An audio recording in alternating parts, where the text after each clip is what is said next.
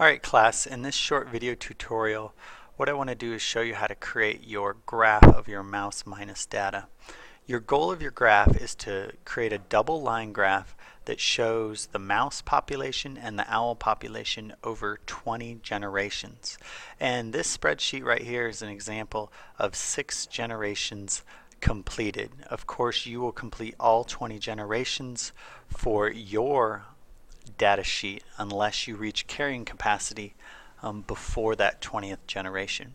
So the first thing I want to do is select the data I want to graph, and I want to graph the number of generations and the number of mice and owls for 20 generations. So I select that data and I'll select those 3 columns and I'll go down to row 21, which gives me 20 generations and all of the data within there. I'm going to go over here to More, and then I'm going to click on Insert Chart. And when we're on the Insert Chart, there's a number of things we need to do. The first thing we need to do is select the Use Column A as Labels. That'll make our horizontal axis our generations. And now we want to select a different type of line graph. This is an area graph, and we want to go to More here and select up here Line, and we have 2 double line choices. We have the more linear lines, and then we have the lines with the curve. I prefer the lines with the curve just because it looks a little nicer. And so once we have that, we start to see our graph take form.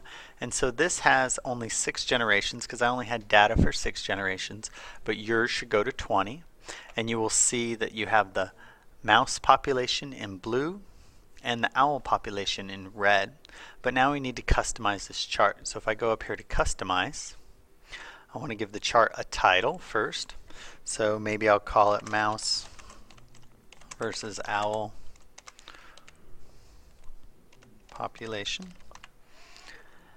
Okay, and then I can scroll down and change the axes and label those as well. So if I scroll down here and I'm selected on the horizontal axis, I'm going to give that a title of Number of Generations. And I know I'm going to go from 1 generation all the way to 20, so I give it a min and a max.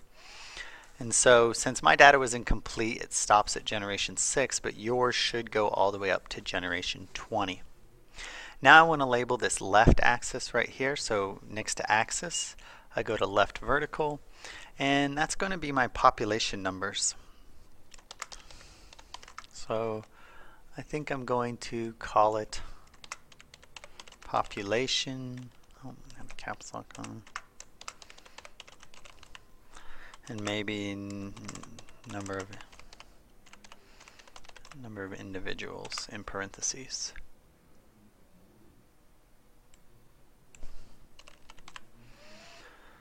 Alright, so now I have my y-axis labeled, my x-axis labeled.